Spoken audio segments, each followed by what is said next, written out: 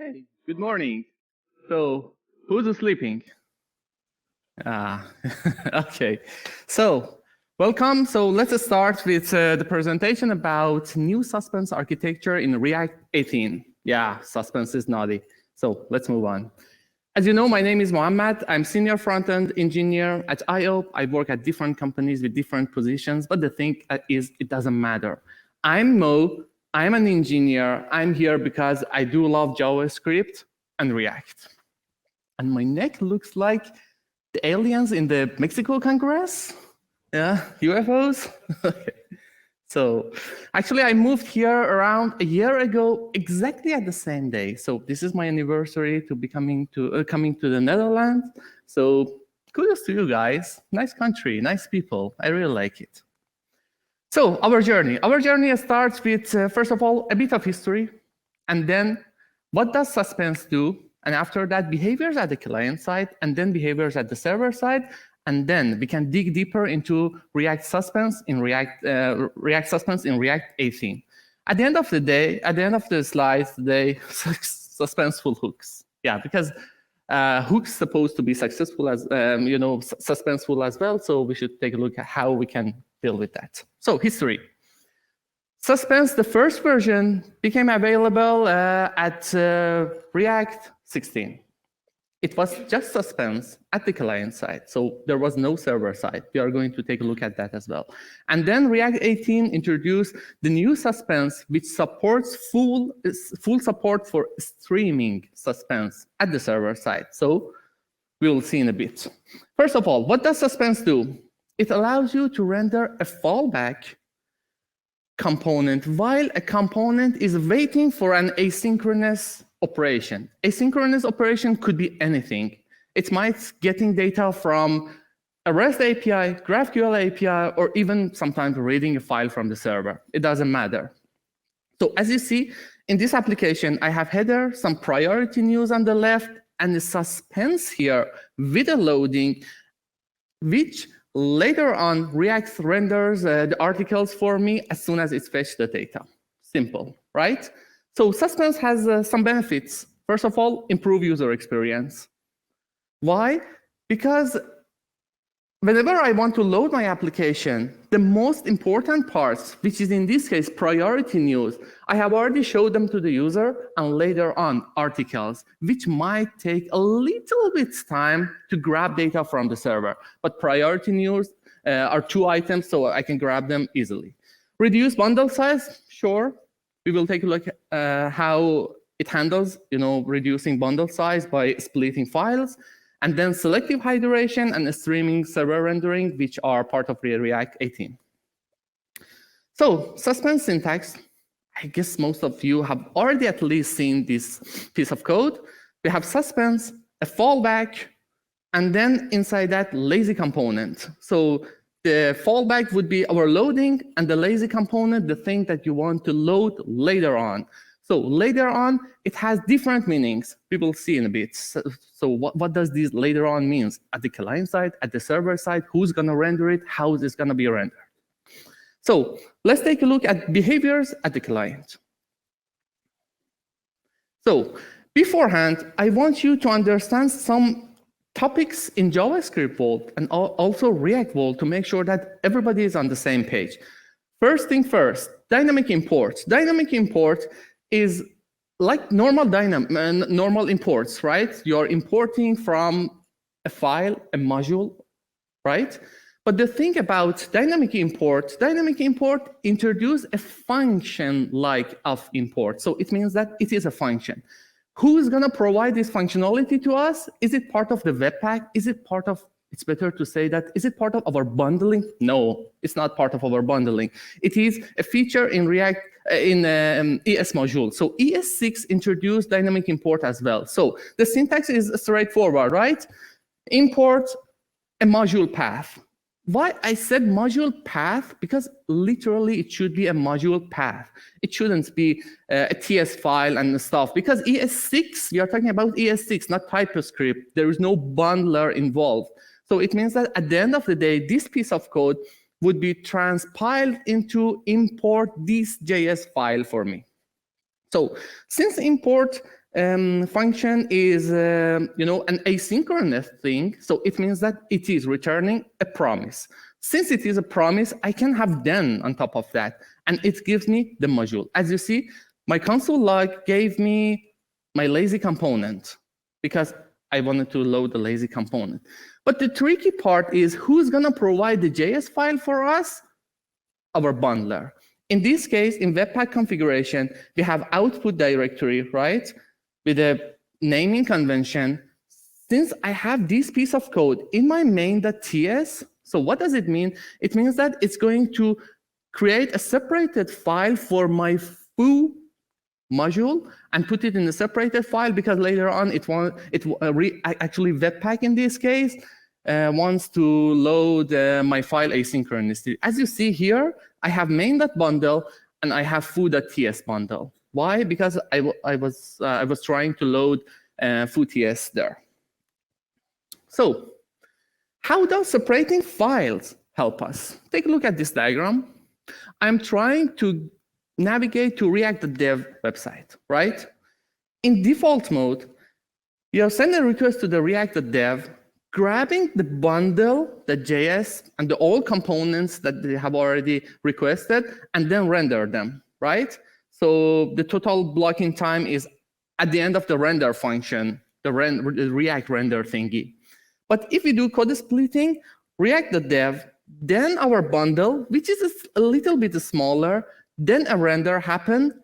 Simultaneously, it's going to send a request to our articles component and grab it and render it, right?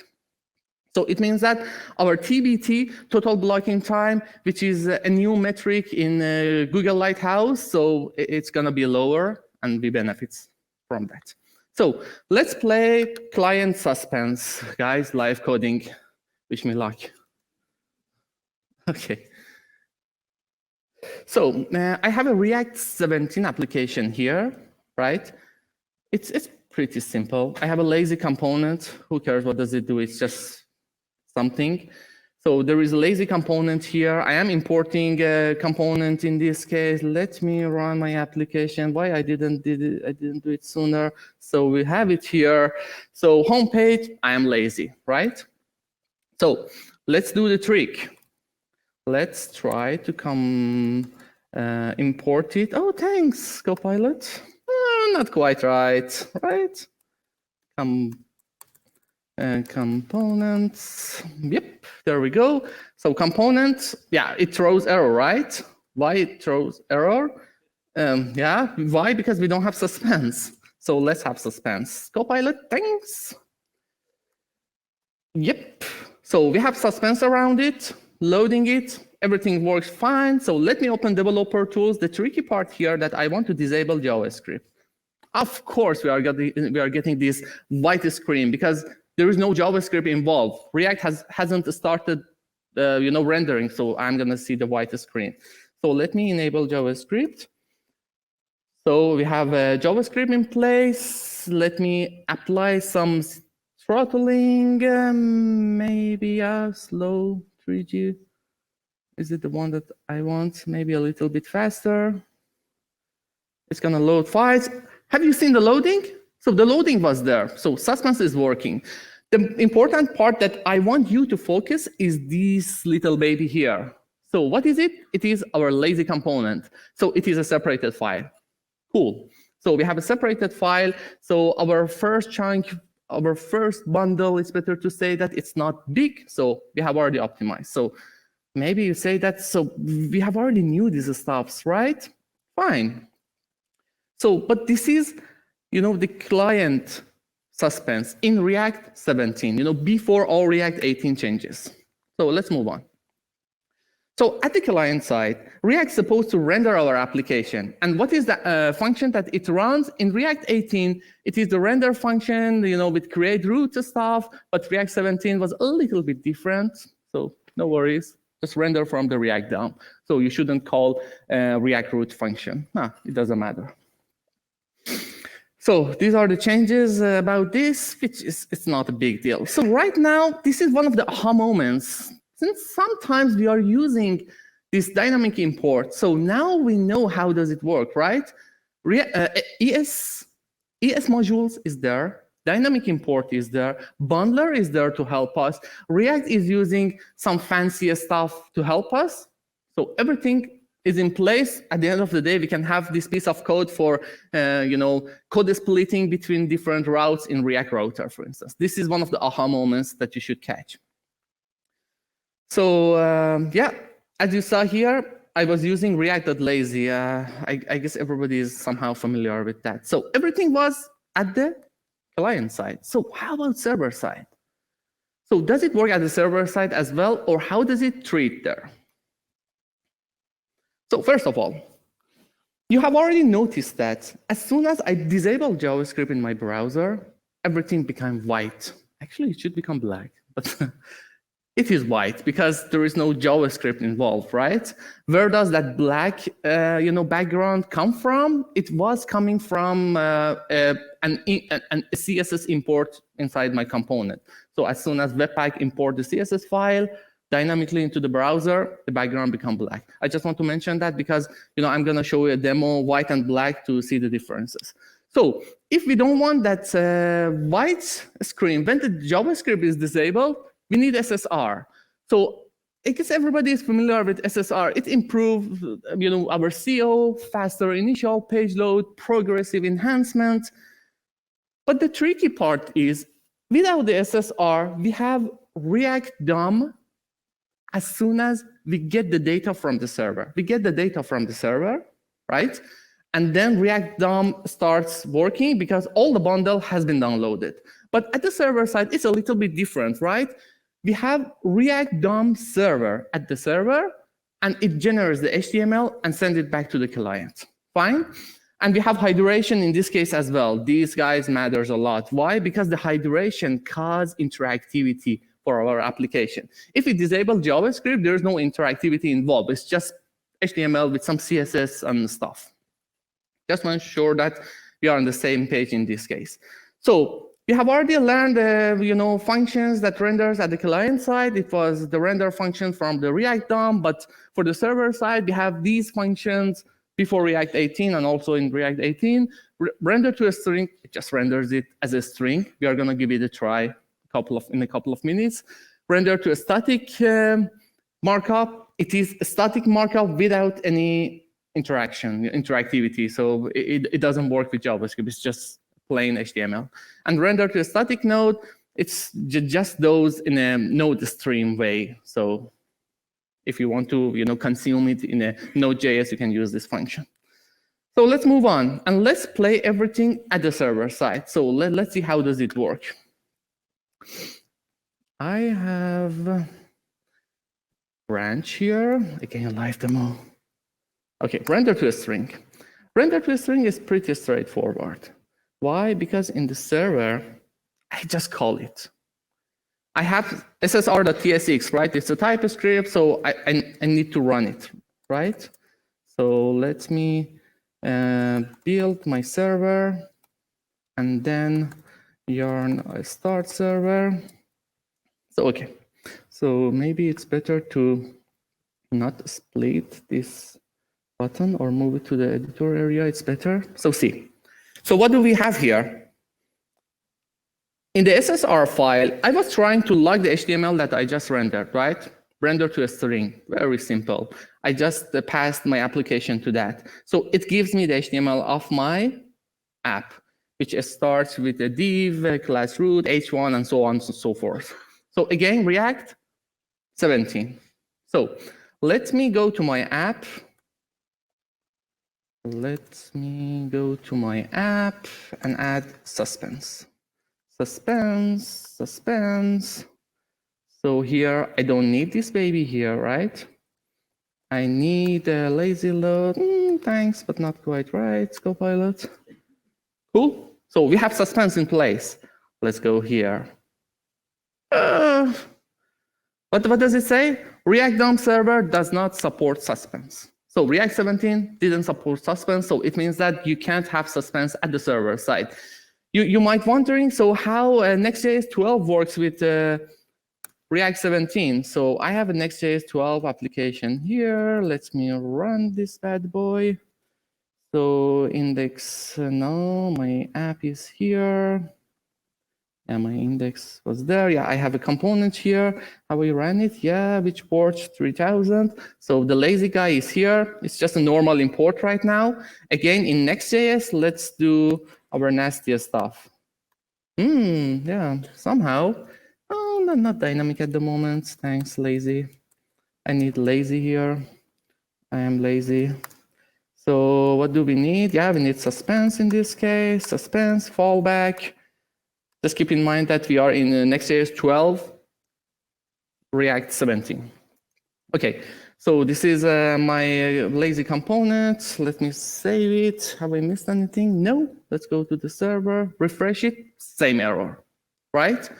Because of that, actually Next.js introduced the dynamic function to handle these stuffs, right? So instead of lazy, you can say dynamic without suspense, because it handles everything behind the scene.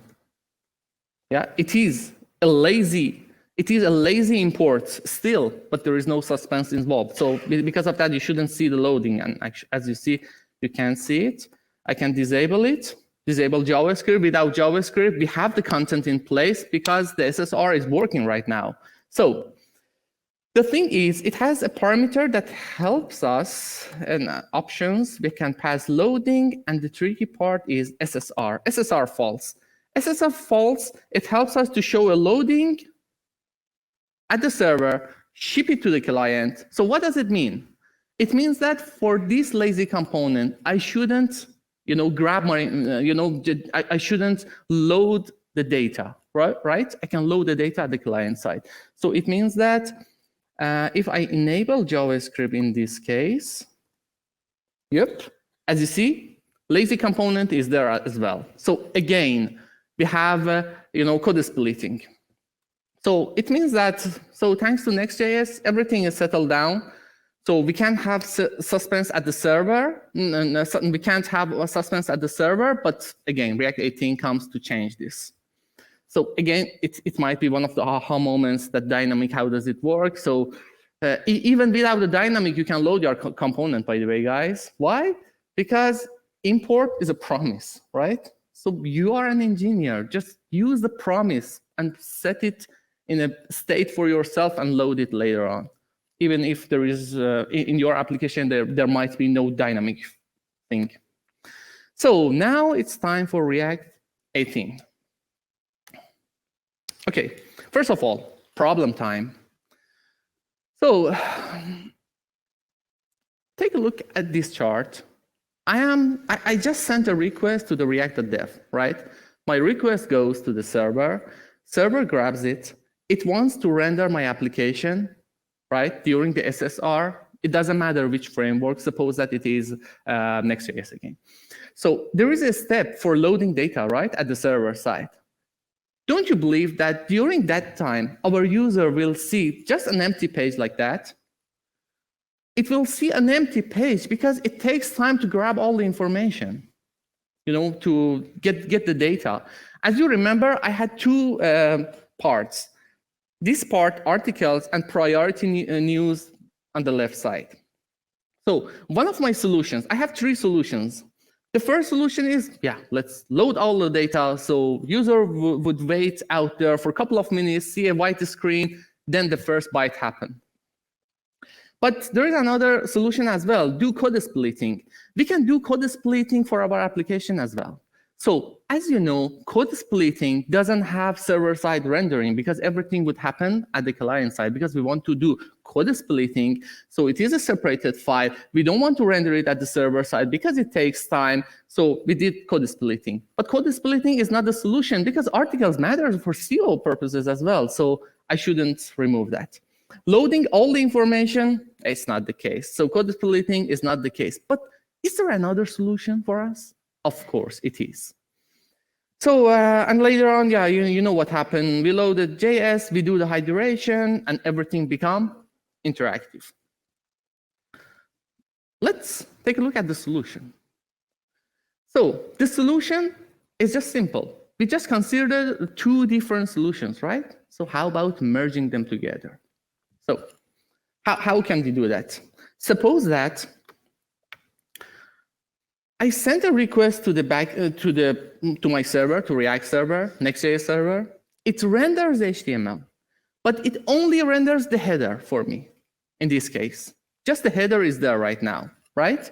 So at least we have a good impression, a good first impression for our user, right? The header is there, good. You have a good first impression, or even you can include other parts that you might need, menu and stuff. So at least we have maybe a better first contentful paint. There's no white screen at least. And later on, do this trick. Do code splitting. Also, in the meanwhile, try to render my right component, articles, and left component, which was priority news, and render them as soon as I got one of these HTMLs, server. As soon as I'm the server. As soon as I render one of these HTMLs, stream it back to the client. So what does it mean? It means that in the meanwhile, that left priority news is rendering HTML, right side is rendering HTML. As soon as I got one of these HTML, just replace it to the replace it in my DOM. So the thing is, the line that I draw from here, right, down there to here, it is my HTTP request. So my HTTP request doesn't end. It's still there. It is open. Why? Because it wants to stream some HTML. So header is there for the initial load. Priority news and articles would be streamed down to my application later on. So at the end of the day, what are the benefits? Benefits is, first of all, selective hydration. We didn't have selective hydration previously in React 17 because all the HTML is supposed to hydrate in one piece, in one go. So right now we have selective hydration. I can put the HTML back into my DOM and only hydrate that specific part. So it means that if priority news or articles takes more time to stream down to my application, it's gonna be interactive. One of our problems was being interactive, right? In this case, we just made it interactive. So at the end of the day, the whole application would be interactive. So functions that we have in React 18 are render to pipeable stream, render to a static node stream, and to readable node readable stream. So different purposes to use, but the thing that matters for us is the first one, render to pipeable stream. So again, live demo. So let me stop this application. Okay, do I have anything else open? Yep, stop this one as well. Close them. Open TS18. So same application, just package.json is React 18 right now. Same lazy component, same application, right? So let me switch to render to a string for myself. So we need suspense here. Suspense would be here. We need import. Come on, learn from mistakes. Okay, so far so good. Yarn build server and yarn start server. Yep. See, we have the HTML in place. But previously, you remember that it was throwing an error that React DOM doesn't support, blah, blah, blah. But right now, it does. So, yeah. Okay. So far so good. We have already rendered using render to a stream. So also I can switch to another branch of mine, which is render to pipeable stream. So I just used Express to render everything, use a render to pipeable stream and just send it to the client. So let me, yeah, everything is settled down, port 4000. So I come here, port 4000. Yep. Let me enable JavaScript. Oh yeah, I'm just sending everything over the wire, just HTML, so there is no JavaScript involved. But take a look at the response. So at least we didn't get any error. We have our page in place. So let me do a trick. Stop the server and start it again. Okay, refresh it. See, everything is in the right place. Right now, I want to disable JavaScript and restart the server. Why? I'm going to tell you. See, so we have a render to pipeable stream right now. It renders everything to a pipe. So our request is there. It shows me a loading. But previously with JavaScript, it was showing me some content, right? But why it didn't do in this case? Because of these guys here. Yep. Okay. See, the initial render was this. Here, it said loading, right? So this part is done. It shows loading. But guys, as you see, my lazy component is here. So it means that it has already streamed down the render component to my application. So if I enable JavaScript, as soon as it gets this data, as soon as it gets this script tag that provided by React, it can replace block 0 with a string 0. So what does it mean? This is block 0, this is a string 0. I don't know, I just thought that it's a string, maybe suspense, yeah, it's suspense. Okay, so block 0, suspense 0. So it can easily, just replace it. So maybe it's not a good demo because we have only one element in this case. By the way, keep in mind that if no, not this, yeah.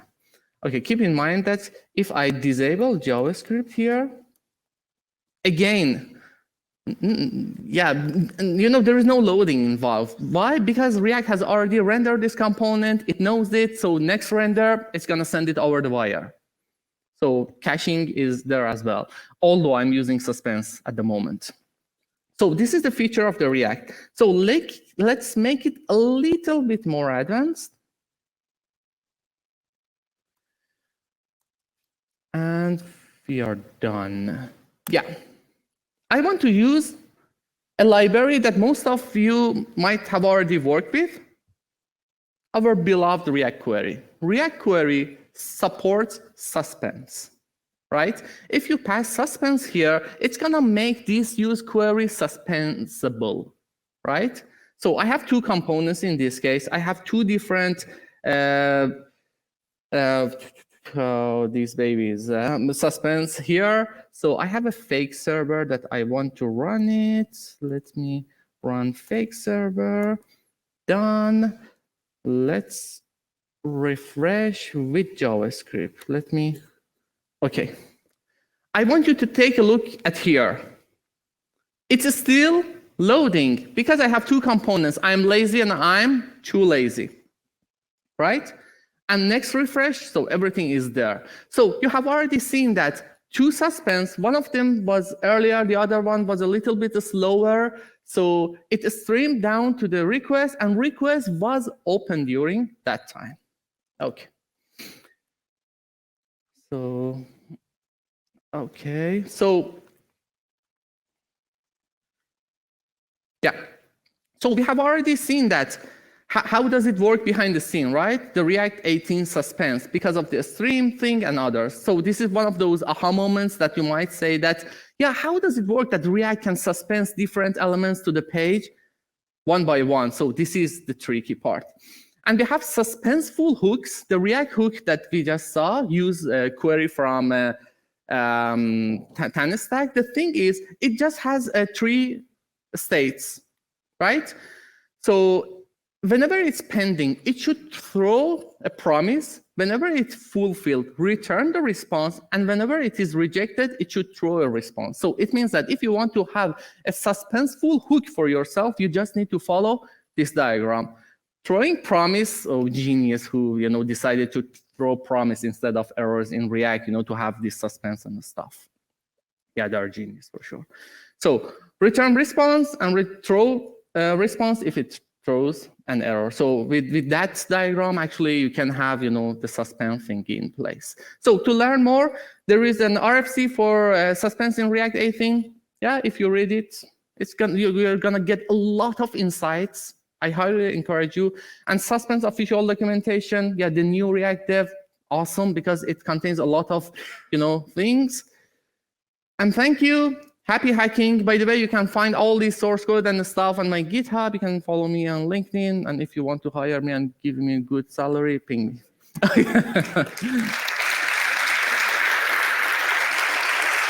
Thank you so much, Mohamad.